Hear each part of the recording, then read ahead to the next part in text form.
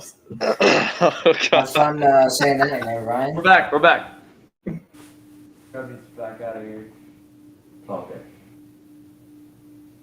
You can see me. I don't know why you can't see me, but you can see everybody else. This is crazy. Whatever. We've got audio. We've got everyone. For some reason, no one could get me, but Leave the Discord and join back.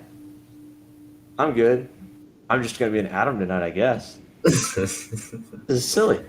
Loading circle for the night. They heard the The F-bomb, so that's good. Oh, here. Are you talking about tonight or are you talking when? Right now? Just then, just before you got off. Oh, They heard that. fantastic. Well, it's a good thing this is like an off-brand talk show, so anything goes here. We're just on. I mean, we try to keep it family friendly. Either way, they can't see my face, so like, you just have to audio track it back right now. Who's to say you really said it? Yeah, exactly. We're sorry about the delay, guys. I hope everybody can hear me at least while we're on the live stream. For some reason, when you're both on the same one, same Wi-Fi, I guess, we can't seem to get through on the video. But we've got all 5 of our superstars here. Ryan was just talking about his week overall was pretty good. But we don't want to hear the super dry interviews because we go through that on the broadcast nowadays. We did get that all in.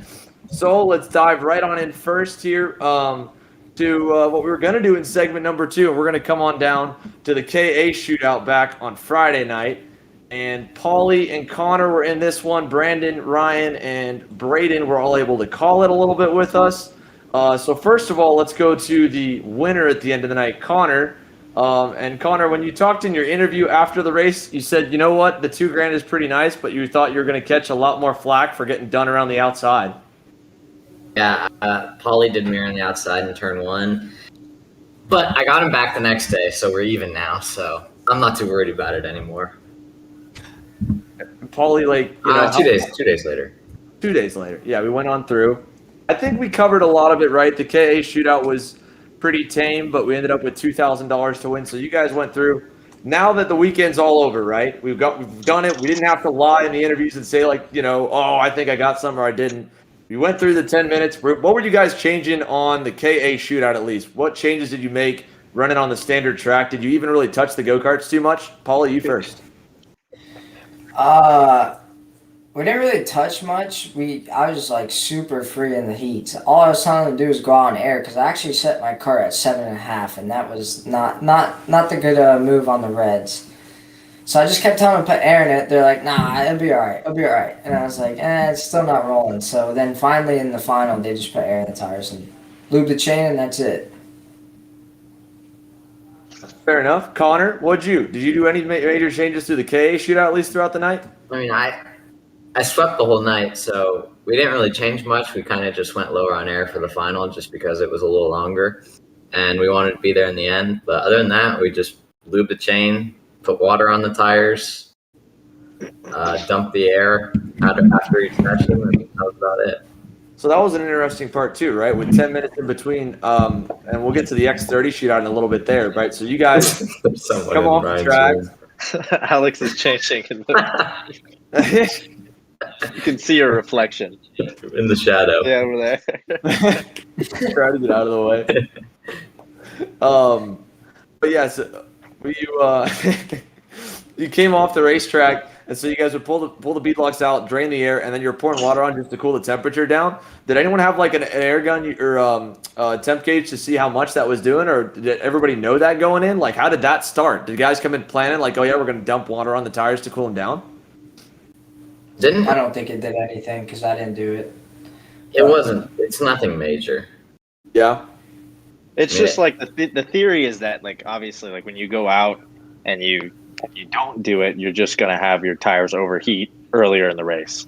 And so obviously they're not going to cool down enough, but the goal is to get you like 3 or 4 more laps possibly, and to give the tires a little bit more of like a life cycle. If you go out there and do like 30 laps just all at once versus like 10 laps at a time and just kind of like not let the temperature get so terrible, then it's supposedly better for the tires. That's the theory behind it, but I mean, we're all dumping cold water bottles on our tires. It's not like we're like Engineers. Yeah, we're just taking water bottles out of a cooler and dumping them. Well, let's switch over to the stuff that we do know a little bit at least. Moving on to the at least the driver's side, right? I'll take my webcam off here because I can at least go on audio, but it seems like it's hurting us a little bit on the connection. So we'll stay on the stream. But driver's side, Brandon, Ryan, Braden, you guys watch these two go at it.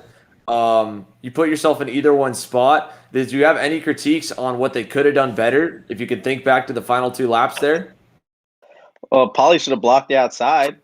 He should have let him pass him on the outside. I mean, after he did it to Connor, you'd think he'd learn, but he let him get got. So I don't know. The race for those guys, the KA racing is such a different style from the X30. I don't necessarily think I would know what to do. I mean, you cannot check out. It's just you always have somebody on your bumper no matter what. So it's kind of difficult to. You're going to be doomed either way, you know. One thing in X30 that I don't know if I was the only one feeling, but like if you would get within 1 to 2 kart lengths of someone, my car would just not turn. I felt that too. And it wasn't in KA, but it was only in X30, and like if I gave myself like a 5 kart length back head start and then ran someone down, I'd be able to run him down. But as soon as I got close to him, I couldn't. Nothing would work the same. Yeah, Mooresville does actually have aero wash. I never thought that was a thing in karting until like I felt it a couple times. I felt that a lot this weekend. It's you like can really bad feel in it. the last corner. It's really bad. Yeah, Yeah, you can we feel can it feel in Mooresville, like around 3, 4. And then the only other track that I've ever felt it at is Newcastle when we have when we do the big super mile course around the bowl corner. I feel like you get really bad front aero wash there too. Sometimes, I mean, yeah. That Started was in the 90s at Homestead as well. Have you ever Yeah, felt then that? I was gonna say Homestead at the 90s. right. And then, like, if we go back, you guys have all raced at Newcastle in X30s prior to, like, some of these new nose cones. Pretty much everyone's been on the newer bodywork, either Braden with the KR stuff or with you guys with the new OTK nose cone. Did you feel even going back with, like, where they had the M5 bodywork, even back then, 2014, 2015 still? Yeah, I think it's definitely a lot more obvious now. I think you would have it occasionally, and your mechanic would normally be like, "Dude, you're crazy. Like you're a lunatic. That's That what doesn't happen." Like Gary always told me, like Ryan used to tell me there was aero wash. I called him a maniac. And then this is the first weekend I really felt it. Like other than Newcastle, like there is though. Yeah, no, I there definitely is. felt Yeah, it. there is. I spoke with Alberto when he was here with the Tony, like he's a Tony Kart person, and I was like, yeah, I mean, when I get behind people, like when I just joined the team, I'm like, I definitely get like an understeer, and he's like, oh yeah, you just turn in a little earlier. He's like, that's how you fix it, just turn in earlier, and I was like, oh, okay, yeah, that's cool. what I felt. That's what I started doing. But in the bowl, you can't really get below people because it's such a long corner. But like the in bowl, 11, I was starting to turn turn in one early, stuff. and it would help. Yeah. Well, let's break that down then. So we have a couple of viewers, a couple of younger drivers that are just starting to move up the ranks and get to the higher horsepower classes. Obviously, you hear the term aero wash a good bit. It affects everybody in car racing because they're going so much faster. Even NASCAR struggles with it. F1's doing a lot with their new car to try and work on the aero wash. Ryan, I think you probably would be a good one to explain it, and maybe Braden as well to add on. Breaking down what's the effect, right? As soon as you lose the air off the front bodywork of the trailing car, you lose that little bit of, we don't have, what you would say downforce, right? But then all of a sudden you get a little bit of an understeer when you get close to the car in front. Well, I mean, in a way, I guess it is downforce because the nose cones and how they're designed is to push the nose into the ground a little bit. And when you get, it's not obviously as big as like what Braden deals with, where you get a few car lengths behind somebody, you definitely get the wash. But like when you get on somebody's bumper in karting nowadays, you definitely do tend to get an understeer. And at a high speed racetrack where you're like Mooresville, Newcastle, Homestead, and you're constantly on the power, you definitely experience the front end kind of give way in the center of the corner, and it makes it kind of difficult for the following driver because you are stuck at a spot where it's like Connor said, like if you're half tenth faster than somebody and then you catch them and you're on their bumper and you lose like 0.2 in every corner because of it, now you're slower than the driver and you can't pass them. And so it's really like this, you can close up super fast, and you see it a lot recently. It's like the chasing driver can chase it down really, really quick. And then as soon as they get in with it, like a cart length of the driver in front of them, it's like you kind of plateau, and you just kind of have to manage and really pick the spot that you're going to go at. And it cooks the front tires when you're right behind someone. Like that's the thing I felt in the heat races. I was always behind someone starting 7th. So like my front tires, by the time we got to the pre-final, were completely cooked compared to like Ryan's, who was leading almost all the laps. Yeah.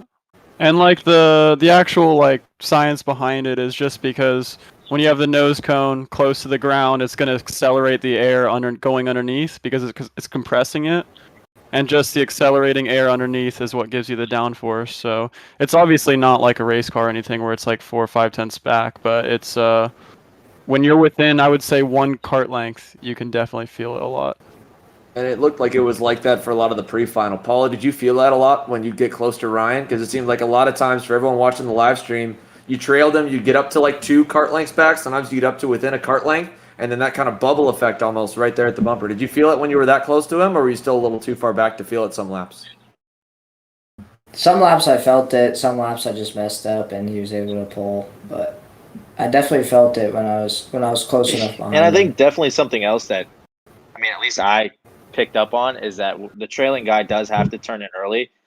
So then if you know, in Mooresville especially, if you can turn in early and turn 1 and turn 4 and turn 11, it kind of takes away their advantage on you. And so they can't really set up, and now they have to turn in even earlier. And so then you kind of can just manage them at that pace. Granted, it's not like foolproof. It doesn't mean like they can't pass you, but it does kind of hurt the guy behind you. Yeah, I was having to lift in turn 3 when I was following people. By the time like in the pre-final, I was just with how many laps were on the tires and how many laps I was falling behind people. I had nothing left in the pre-final. Right. I mean, this was probably one of the events, I think, maybe the event where we've run the longest on a single set of tires throughout sessions, right? Because we had a long qualifying session at 7 minutes. The heat races were arguably pre-final length for a lot of series. They were two laps shorter. When we built the schedule, we did it where it was 2 laps shorter than the USPKS pre-finals were the heats. Then the pre-finals for USPKS were like about match to it or a lap or 2 longer. And then the main obviously was 24 laps. I think USPKS here last year ran either 20 or 22. So when you ran a 7-minute quali, 3 15-lap heats, and then on top of that you had an 18-lap pre-final or 20-lap pre-final, that was by far, I think, the most laps we've run on MGLs. Were you guys flipping them a lot? Were you doing anything specifically in any of those heats to try and save them? Yeah, I mean, obviously, I'm sure everyone in here was flipping the tires, but I think it made it a lot more important, like how well your chassis was handling. You could really get ahead of people there. If you had a free go-kart and you could make the front tires last, when you got to the pre-final, you were definitely in a lot better situation than the rest of the people. And something else I saw, is at least, I mean, I was doing, and I thought I saw like Connor and Brandon doing a little bit, is when you get to those last 5 laps of the pre-final, if you don't have, or in the heat races, if you didn't have somebody like right on your bumper, everybody even like chilled off. And even if you weren't like really that close to the driver in front of you, if you're in second, it was kind of like you just kind of backed off and just tried to save it, because there's so much time in tires, especially when you're running a 20-lap pre-final. So it's like you would sacrifice a position in the pre-final just to save your tires a little bit for the final. Yeah, for sure. I think the crazy thing was too, because we ran the different layout on Saturday, I noticed, at least with my tires and looking like through the grid, I thought the shorter track actually destroyed the front tires a lot more than the longer track. So like the shorter track, you kind of had to take it a little bit easier, even though like when we did the first heat race on Saturday, it was like an all-out brawl for the lead, so no one was really taking it easy. But yeah, that definitely I think hurt a lot of our tires. Yeah, that was pretty hairy. I mean, talk about it. So the short track, right? You got the 3 practice sessions on Thursday. Did you guys notice that it degraded him a little bit more on Thursday with the first 3 practices on the tires, or was it more so just as you got through the heats, you're like, man, we feel like we're cooking him because the Mickey Mouse section, as Will called it, going backwards, and then all the chicanes back and forth. Definitely looked like you were on the front end a whole lot more. But did you guys catch that before you got to Saturday, or was that more so just like you noticed by the end of the day, Brandon? I really noticed it by the end of the heats. I mean, on Thursday, I didn't really notice it because the track didn't have very much rubber in the first few sessions on Thursday. And then, like Saturday, there was a crazy amount of grip when we were going through the double right backwards, so it was a double left now. And you just like abused the front tire so much because it was almost like downhill and off camber at the same time. And you just had so much wheel into it the whole time. It was just eating up the front tires.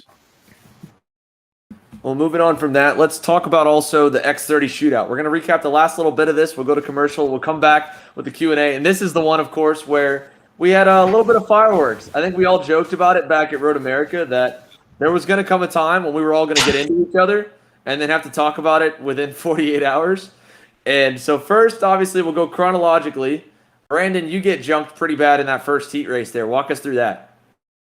Yeah, the first heat, I got up to, I think I was in second at one point, and then I just kind of got shuffled towards the back and got pushed off the track a few times. And yeah, then I went for a pass on like the last few laps, and the guy cut down on me real aggressively, and I kind of ran over him a little bit, got the bumper caught under the go-kart, and yeah, so the first heat was not very good for me. And then Ryan, you go into heat number 2 after winning the first heat, winning the $500. And then, not so good coming through the field. Yeah, I mean, it's one of those things where you're just trying to pick up positions, and the way the track was is it's pretty easy to defend. And if you see somebody go for the pass, you kind of you can turn in. And me and another driver, I went for a pass and he turned in and just drove me into the curb, and then my brake rotor exploded as I went over the curb. And so, yeah, it was difficult. I was doing pretty good getting to the field up till then. I mean, I was passing people left and right in that corner. But yeah, with the different layout that we ran for that particular thing, it definitely made the blocking into that corner a little bit aggressive, and it was easy to defend somebody there. Yeah. And then, obviously, then we go to the final, right?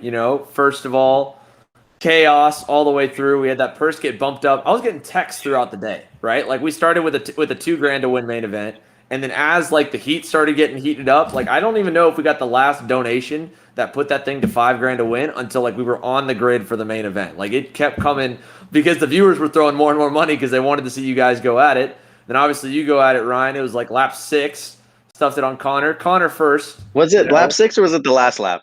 No, there were 7 laps to go. I thought we were at like the end of the race there. Definitely. I mean, it looked like it. It looked like you thought it was the end of the race, but no, we were about halfway in.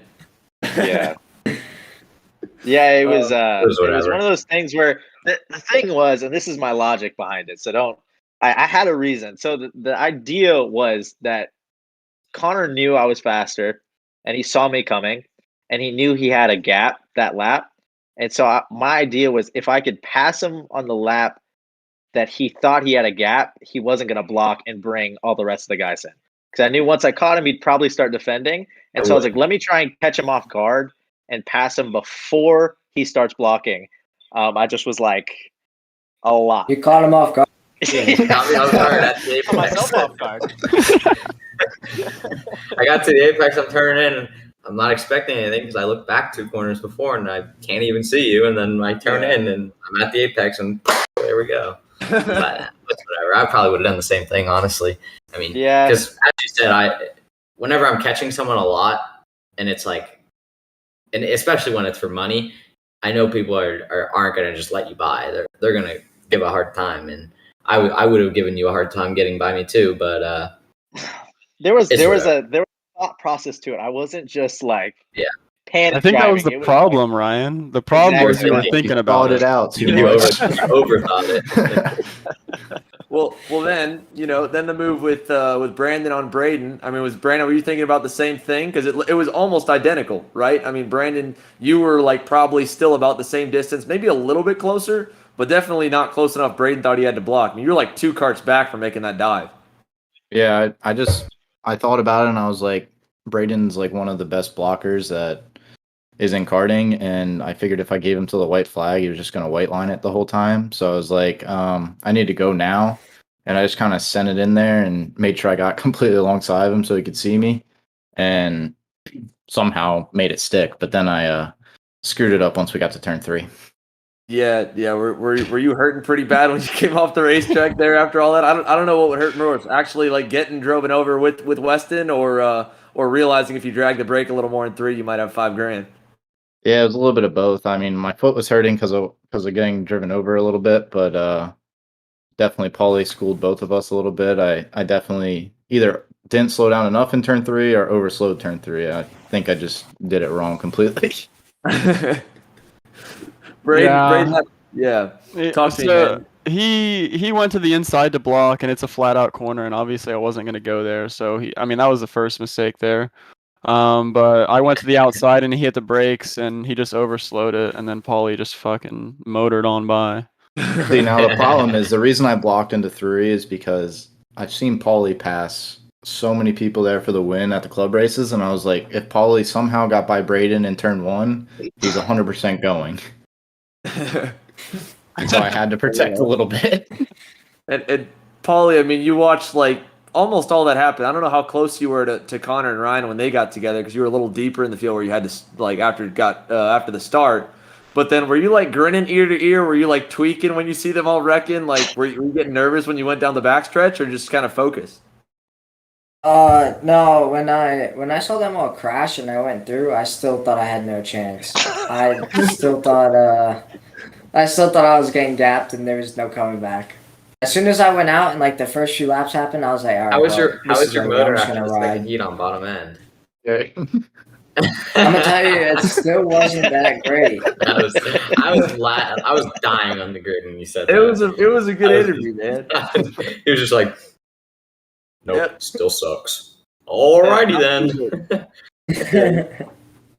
We got some personality out of you guys this week. We got a lot of interviews, actually. We got a lot more questions to cover. We're going to have Trevor pop it over. It's going to look a little awkward on the stream, guys. Do apologize about that. When we come back from commercial, all the viewer questions you guys sent, or at least a good bit of them over Instagram and on YouTube, we're going to answer and sign off here from this kind of so-so show we've got when we get our producer Kyle back. We'll have an even more professional look next week.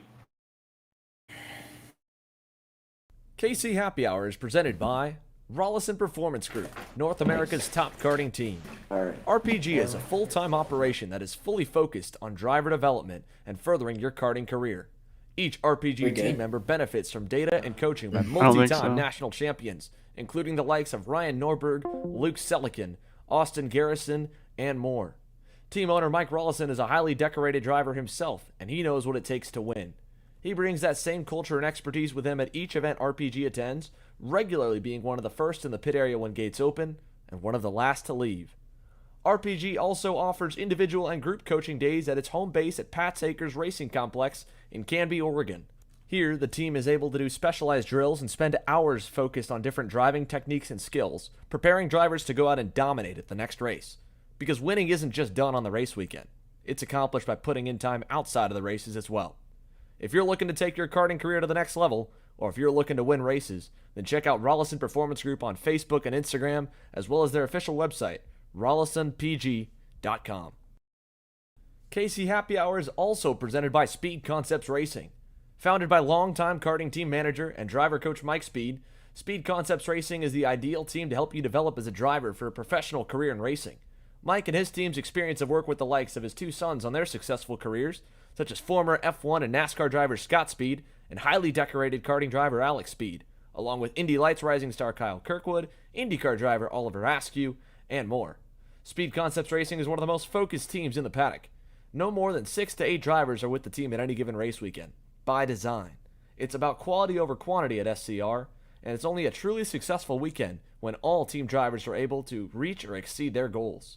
This small, exclusive format allows Mike, Alex, and the rest of the experts under the Speed Concepts Racing banner to make real strides in developing you as a driver and forming a racing program for you that fits your needs. Whenever you're ready to get on the top step of the podium at the next club, regional, or national karting event, reach out to Speed Concepts Racing at SCR Karting on Facebook and Instagram, or via email at speedconceptsracing@mail.com.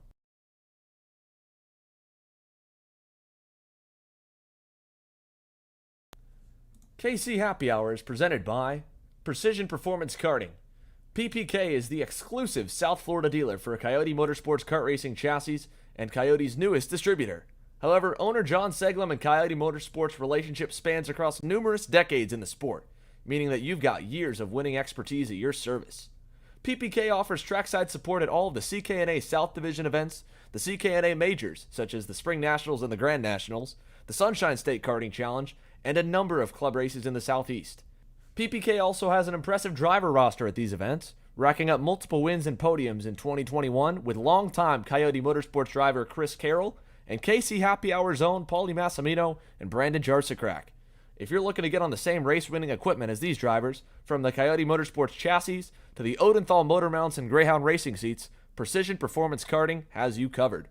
Check out Precision Performance Karting on Facebook and Instagram, or email them at ppkartingfl@gmail.com.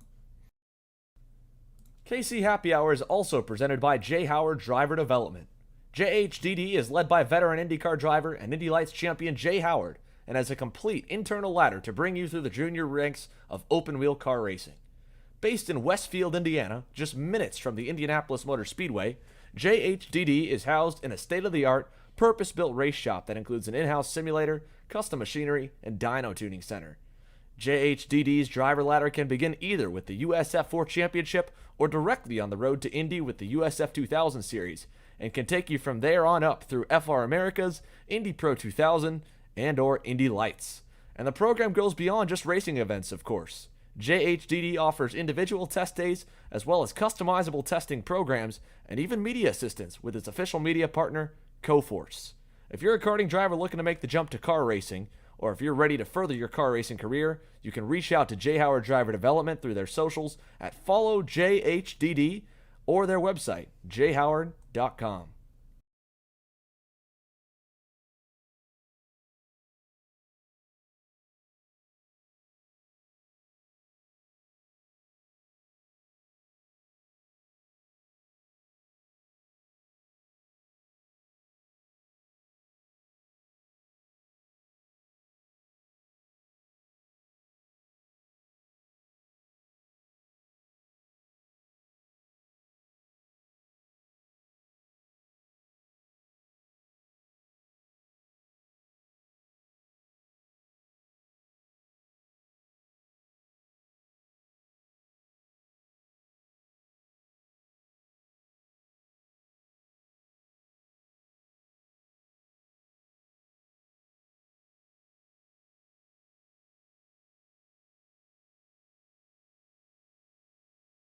For his neck. Okay, we're back. I like All right, that. we're back. Dry run. Oh no, Trev killed it. We're back. We're back. All right, Guys, we need Kyle. we do need Kyle, but we don't have Kyle. Oh, we lost someone else. I'm sorry, guys. Now we lost Brandon. Trevor See you, killed Brandon. I'm still Brandon. here. Dies each time. This is so professional. Poor Brandon. All right, let's go on down. First of all, we got someone that has come after Connor's head, and not with a buzzer, but actually just for it. They're asking. Oh, no, good. Okay, we're good. What happened to Connor? He dominated at the beginning of the year, and now he's only top 5. Connor, what do you have to say for yourself? I think my competition just got better. I like Brandon's reasoning. If you want to explain. Yeah, I said he Because shaved his head, and now he's old and washed up like me with a receding hairline. I don't have an honest answer, honestly. Trevor, what if I disconnect myself here? I can kick myself back out. Maybe that'll give you Brandon back. Nope. Brandon. Oh, now I'm gone. Oh, I need to do. Just cycle your camera really quickly. No, Brandon, Well, I need leave to, and like- join back. Leave and join back. I don't know how to do that, but okay. No, just tap the camera icon, bottom of the screen. Moving on down. Let's see. All right, Paulie's in. We'll wait and see if Brandon's in. It's just picking one to pick on. Poor Brandon's getting picked on now. All right, here's a good one, actually. This one, best non-national level track. So a track that doesn't have national level races at it, at least in the last couple years. We're talking at least USPKS, Rock, and SCUSA. So of those big 3, what track is probably a favorite of yours that hasn't seen a national or really couldn't hold a national? We'll start with Braden, and then we'll go to the man who we can't see. Brandon. You said of those 3? At least you out of said- those 3, like a track that hasn't been visited by one of the big 3 national series. Oh. G&J Cartway, for sure. Camden, Ohio. Oh, Oh, that sounds rough. Oh, no, it's sick. The curves, they're not continuous. They're just big, massive, pieces of concrete that if you hit them, your chassis is done. That sounds awesome. Jinjay. And then let's go on. So, okay, Brandon, we'll wait for you to load, but at least right now we can hear you. Best non-national level go-kart track right now. I mean, I think it used to be a national level go-kart track. It still definitely could be. I'm talking about New Jersey Motorsports Park in New Jersey, obviously. We haven't had a big national there in probably like 5 years, and I think it's definitely one of the nicest tracks that we have. The configuration and everything, it provides really good racing, but I don't know why we haven't been back there with the national series in a while. Interesting. I mean, I would consider that non-national, but like we've talked about in the last one. Okay, that's a good one though. Connor, I feel feeling I know what you're gonna go with this one, but go ahead. No, I've only been racing Chris national Shaw. for 5. No, it's not Chris Shaw. I've only been racing national for 5 years, so I don't know like previous. But if I were to pick one, I'd probably say Shawano. But I mean, I like Shawano. I mean, it's a cool track. I only raced it once, but I guess my facial expression. Shaking your head. You were adamantly choice. shaking your head. You don't want to. Surface is so bad on tires. It's just not a fun race. Well, I was in micro when I raced it, so tires weren't a thing for me. No wonder. Yamaha Sportsman. No wonder. Braden doesn't But want to go there's back my to the answer. capital of the world. Orlando was good too. Orlando's good. Paulie, do you have a favorite non-national track, like an old school go-kart track? I was gonna say Kershaw, but I don't know if that really counts. I know WK went there a long time ago, but I don't know. I like that track a lot. Kind of halfway counts. Brian, what you got? I always say Orlando. It's always the same track because it's slept on, and it frustrates me that there's no races there because it is one of the better tracks, and we never go there. And it's frustrating because everybody that I know likes it, and it's fun. It's good racing. It's always like competitive, and yeah, it was a national track. It just isn't now. Didn't they redo the curb and the chicane or the curbs? Yeah, you They're can actually huge. you like mash them now. Like it's fun. Like you go through both of them, and like it's like proper. So it's You it's can really actually fun. hit them now, but they're big still. No, they're not. They're not. They're like flat. They're Oh, very yeah, like yeah, they're yeah. like almost flat, but Yeah, it's still they're like bigger. they're still big. But they're fun. Like You can hit 'em. MRP chicane? No, not at Oh all. yeah, what about MRP? I like Oh it. no, no. I That's was in a good kid track. kart when I drove there. I so- love that track. I don't know, but I thought I liked it in kid kart when I drove it. Going through the ball in a kid kart, I was losing mile an hour. All right. Let's see. We've got a couple more that I think would be good here. Okay, so we got one that asked, and this was so we have to go back. Ryan and Connor. Someone asked, what was the conversation like? So, what was the first conversation you guys had after the shootout? What was that like between the two of you? He came up to me and just, why did you do that? You literally left me no room. What were you doing? I just sat there and I was like, and then he texted me like 30 minutes later, hey, I watched my video. It was my fault. I immediately went back to my tent and was like, dude, I looked at the video and plugged in and I was like, oh god, this is rough. This is bad. I'm like, I am definitely at fault here. So I texted him, I texted Jim and was like, hey, all that I said, I was wrong. I was a clown. My bad. That's whatever. Heat of the moment. I did the same thing after Sunday's final. I went up to Ryan and started chewing him out for Like, taking me I out in didn't turn see one. you. I was literally behind him and he got sent into me, but heat of the moment. I get it. All right, 3 more to go. Let's see. Shootout Celebration. Ryan, you went after Carson Morgan, but do you feel like he got the better celebration for coming across the line? Yeah, but that's so dangerous. I'm not jumping out of my go-kart at like 45 mile an hour. Like, that's not happening. So I tried to do something cool. It was cool, but like that's dangerous. And some series will penalize you if you do that.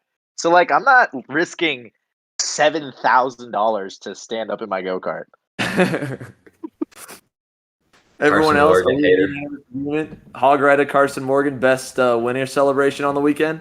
Yeah, for sure. Yeah, Definitely, yeah. he Celebration topped of it. the I think past he topped 3 it years for sure. like Yeah. the years. Yeah, Yeah, we'll have to see, man. It's gonna definitely. like everyone keeps setting the bar new, right? Even the swerving down the straightaway, like Getting Ryan, old, you scared Ryan. the hell out of Or the Brandon's money. The money. Getting old. It's been a long time since he's done that, huh? Yeah, the problem is I got to win to come up with a new celebration. He's Oh, running out of time. Two Super more here Nats. to We'll come up with a good one for Super Nats. There you go. Yeah, that one we need to have like a dice roll or something coming across, or like I don't know if you could have like a blackjack TikTok one. dance. Yeah, my you're like the God, that would look TikTok dances. terrible. I don't think it would look like a dice roll though off the wheel if you're I'll dab. I'll just It dab. something else. would not. Let's see. We did get a donation earlier, by the way. Paulie, this is from Braden Robertson. He wants to remind you not to smile. So he says, don't forget to smile. So I did $5 to make sure you reminded of that. Did have one guy ask, least favorite go-kart track. Go around the room. Braden, you first. Most hated or least favorite go-kart track? Oh God, least favorite? Oh, skip me. I need to think. I'll go. OVRP for sure. I can't stand that track. It's just terrible. It's like I can't even see what's going on. I'm just around the whole entire track. So true. Shawano Brian, is what about definitely on my list of least favorites. That it's so much work, and the tires are never like get a chance to just cool off. You like are always turning at that racetrack, and then the hills, and it's just like no. If your cart doesn't have front grip, it is not a good track for you. Paulie, least favorite? I was gonna say Ocala, but that doesn't exist anymore, so I checked that off the box. But actually, I'm not a big fan of GoPro. I do not like Really? GoPro that much. Home best track track. won $7,500 there like 2 days ago. I think it's only because I've been there since the track is open, and like And we he have. coaches there every single day. This so was he like probably- the first time they switched it up. So I mean, it was a little bit better when they switched it up, but running the same thing for like the past 8 years is just it gets boring at some point. Speaking of switching up the layouts, did you guys like the shootout layout better than Yeah. the chicane layout? For I sure. did Yeah, like for that. sure. Yes. I think that was the best layout Of the we've run weekend. there. Of the Yeah. weekend, for sure. Yeah. It It's raced way really more- well too. It does. It keeps the racing like a lot more tight than the big one. I feel like the big one is easier to check out because of the aero wash and stuff. I feel like the tight one kept everything a lot closer. For Yeah. sure. Yeah. No doubt. I mean, we were talking off screen, right? We were at 5,000 views for the Sunday stream, but I think we're already at like 3,000 combined views for the last 2 laps, maybe even more than that between Facebook and Instagram from the shootout. And that was, again, just a quick little clip we cut from the live stream. It was like 2,000 views on Instagram and almost about 3K views on Facebook. So we almost matched the total views on the live stream for when people click in just for watching the last 2 laps of craziness cool. in the shootout. So yeah, I agree. I think the shootout layout that we ran for the X30 is probably the most exciting one that we've run yet. Yeah. When I like Hopefully I like the left coming off of out of the bowl because you get It's like you get a little off-camber. bit of air, and it's not you don't really feel it too much, but it looks sick on the live stream. I'll tell you. it was really Hopefully off they camera. do something different at USPKS.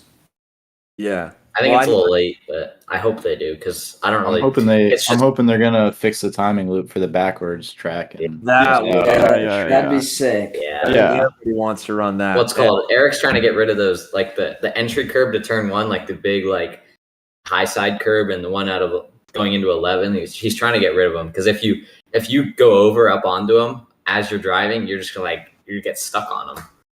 Yeah. because they're so You get people- long and big that. Well, we've got time. We still got Yeah. till October for that, so hopefully they got more than enough time to fix the loop. Let's see. Connor's just been banned from OVRP. $10 from Justin Dittrich. He says, "Keep killing it, KC gang, but Connor is officially banned from OVRP. No cap." So Connor, you don't have to go back there anymore. Sorry, if I'm the only one that doesn't like that track, then I don't know what to tell you. But we got a lot of time. GoPro going backwards, man. That would be huge for USPK. I think USPK is there no matter what. It's going to be 300 go-karts. But Going backwards on that would be cool, and it would shake things up. And I think it would probably even draw more people just because it would be a new layout that the local guys don't get to run. And it would take out the local advantage because I feel like, like in KA, the local advantage there is just crazy. And like same with Dalton Haynes. I mean, he was flying on the normal layout, and as soon as we switched layouts, he was teens the whole time. So, but I feel like when like the national people go to like people's home track, like there's not really that big of an advantage.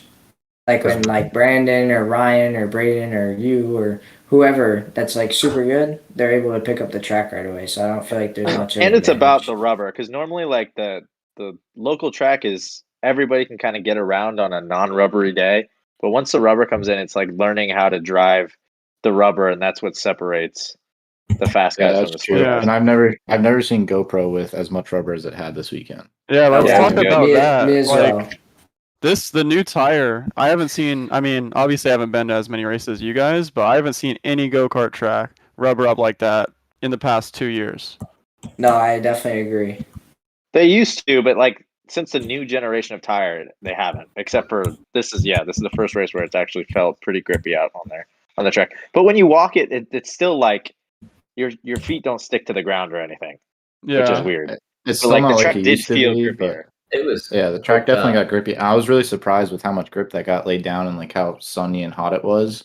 The track really never got greasy. Like every time we went out, the track felt the same as it did the session before. My car was hopping terrible until we like but I think that's also because the track's a little rough in some spots. Yeah, it's getting rough. And with the grip, it's kind of a combination of both, because you don't slide over it anymore. You just like grip through it, and that's where you get like a big hop. Yeah, what's called? And like I watched a video from GoPro from like 2014 or 15, and I like just looking at the surface, it's just way smoother back then. Mm-hmm. Yeah, definitely. I mean, and this was paved. The track was paved with super, super high quality asphalt. I mean, you could even see it had stretch marks in the first few years where most tracks would start getting cracks, instead of getting rough and uneven. But I mean, that track gets used 360 days a year, from rental carts every single day and racing carts every single weekend. So I think it's held up pretty good after about almost 9, nearly 10 years of use. But it's getting just a little bit of character in it now, where the rubber seems to magnify it. It's probably got a lot to do with the way the ground is there. It's so soft, and like it just turns into mud. I feel like the ground is really soft there. It probably makes it bumpy over time. Yeah. Well, that was OVRP's problem as well. That's right at the top of like kind of a mountainous range. So when the ground settled, it shifted. Over the winter when they paved it. So that didn't help when the new repave came in. It was still pretty rough when they came through. A couple other factors too.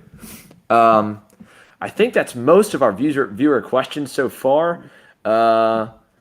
Someone asked in the chat, can we get a Briggs showdown with all the kart chaser guys? Ooh, now that's a good one. I think me and Paulie got a little advantage on everyone in that part. That department. Yeah, if I could get an AVP Briggs and Stratton, maybe It's gone. Oh, might as well not run. I need like 3 months, and I'll get it on the dyno. Yeah, get Alex on it there. 5 horsepower on a Briggs. Yeah, exactly. Blown by an X30. It'd be fun though. It'd be fun to put everyone in it, especially like almost if you look at like the 206 class, like especially how cheap those karts are. If we did like an SRX or IROC type race where we took top shifter guys, top X30 guys, and put them in a Marg Ignite 206 where everyone's same chassis, same motor, right? And we're going a little bit slower, so we're all gonna be on top of each other. But you put them on like a really hard tire, so you skate around a little bit. I think that'd be pretty fun because it takes everybody out of their element. And it's something that no one's really driven, but it's the top of the sport kind of going at it too. But that'd be pretty cool to see. I know that a lot of Briggs guys watch the broadcast, and I had a couple calls today of asking if we could go ahead and start broadcasting Briggs races and what it would take to do a big Briggs money race. And I think there would be a lot more people fighting. Someone asked in the chat as well, if what was the best karting fight. There really isn't a ton. I mean, even you guys racing for $5 and $7 grand, like there was still a lot of respect, all things considered. We put a 206 race with $5 grand on the line, $7 grand on the line, and how much have you thrown? 5 cop cars. I'm 14 or I'm 15, so come fight me if you want. But that'd be cool. But that you'd have to do that track like none of us have been to. Make it even more fair. Like let's go to a really small track. That's what we should do. G&J. We want to do Yeah. an old school track. Well, Yes. G&J's in there. If you want to take it over back where I'm from, you go to the quarter mile, one right-hand turn in Barnesville, Georgia. Go down there. Barnesville. Martinsville. That'd be a good one. I don't know That's if any my of you least favorite track. guys- Because What it's about basically the, I've never Jacksonville. been We there. forgot to mention Jacksonville Jacksonville. for Oh good my tracks gosh. that haven't been on a national scene. you think it. That place deserves is not so to be on a national sketched. scene. It that is. place It's is a park. exactly the same as when you guys left. So Derek Dignan almost died there. A lot of people have, man. It's not a safe What about place. Modesto? Oh, God. Modesto. Now we're getting That'd be way good. off. A street race with all of us in a 206. They need to get like Lancaster back into it and like streets of Illinois or streets of Detroit, streets of Chicago. There we go. Yeah, that would be street racing would be cool. There's something really cool I think in the works with a big street race. I was talking to one guy not street race, maybe like a temp race that may come together next year.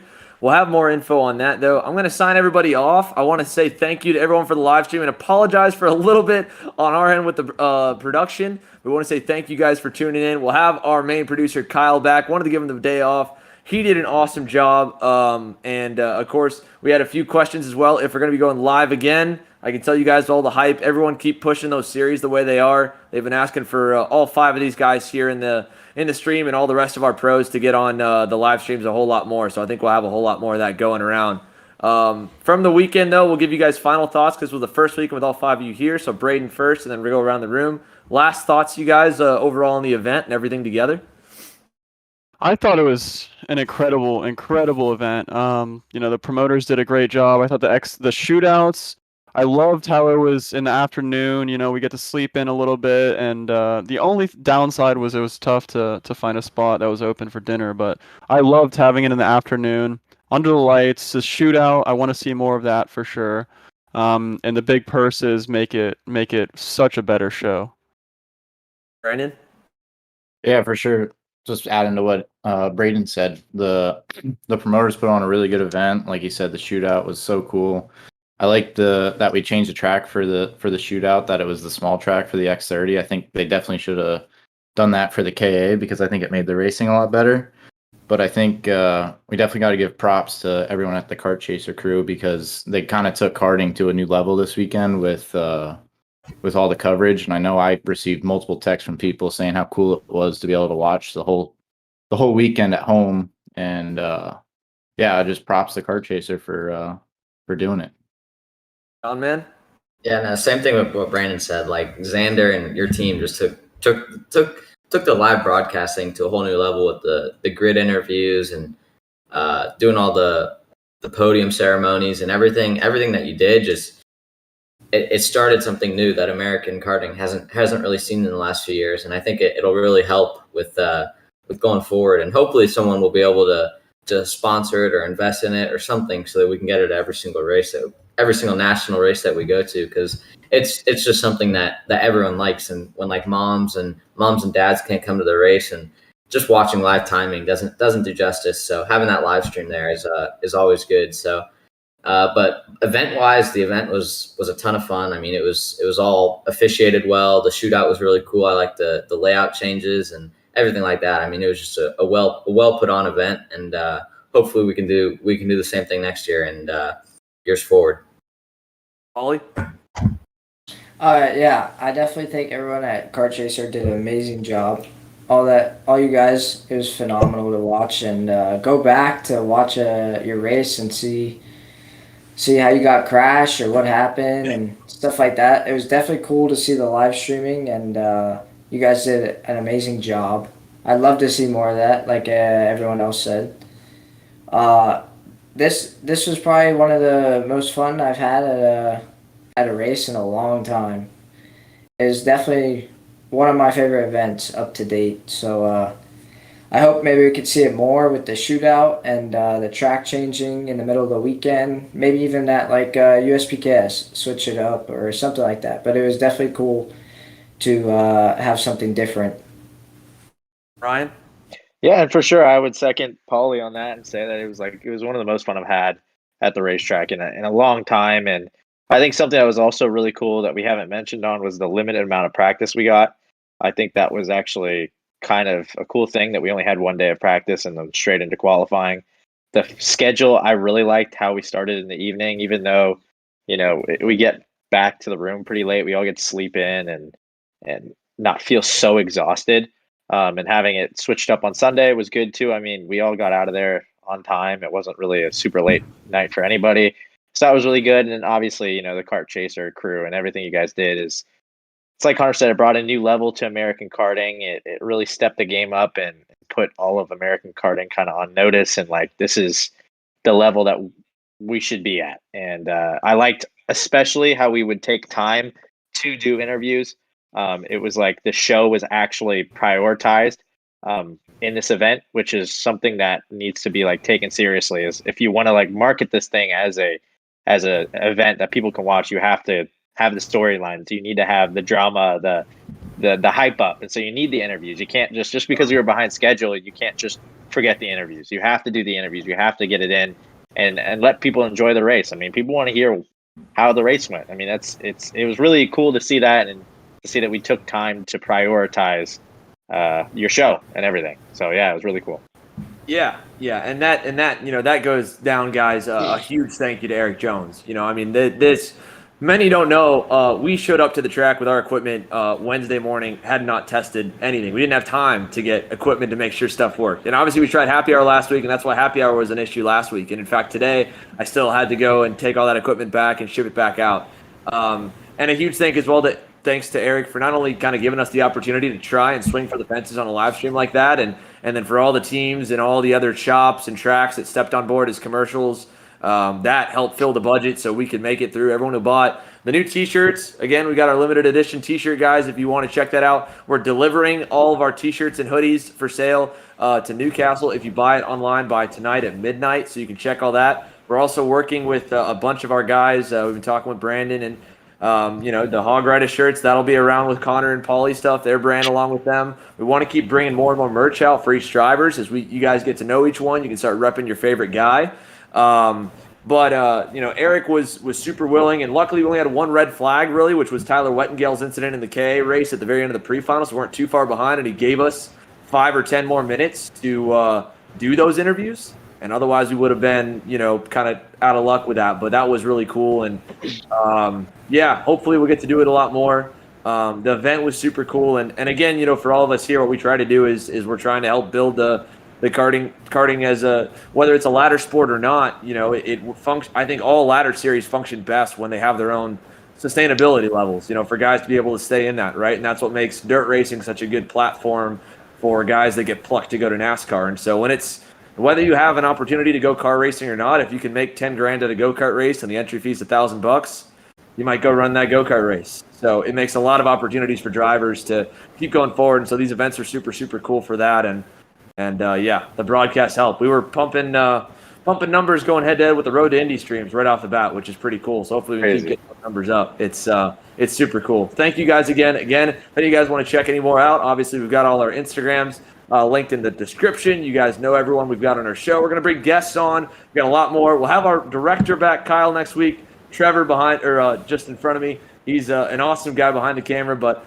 I threw this on him last second. This isn't his fault. This is mine.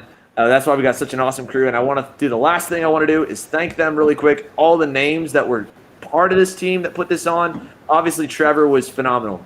Trevor floated. He got everything. We had problems. We had the rainstorm. Nearly took out the whole system. Everybody jumped in, saved it. Crazy. We had $40,000 worth of equipment. Could have gone all down the drain right there. Sean Burkle is going to be having the Kart Chaser edit. He did all the filming for that. That comes out this week. Kyle Cuthbertson, of course, our producer for Happy Hour. He was the producer for the show, clipping through all the angles, doing the commercials, everything. He did a fantastic job. Caleb Smock, our new announcer, came in. And then we had, all of our camera guys. Aaron Hackmeister helped with that. Elliot Budzinski was there. He was running around the track, running batteries around. Gresham Wagner, Ian Bushy. And then my girlfriend Lily was able to sell us some T-shirts and hoodies and make sure we had gas to put in the car to get home. So if you guys want to support that, again, we can deliver stuff to Newcastle next week if you order by tonight. 1 week from tonight, that limited edition T-shirt goes away. And like I said, the next few limited designs might have some driver names on them. So keep in touch for that. Again, guys, thanks again for tuning in.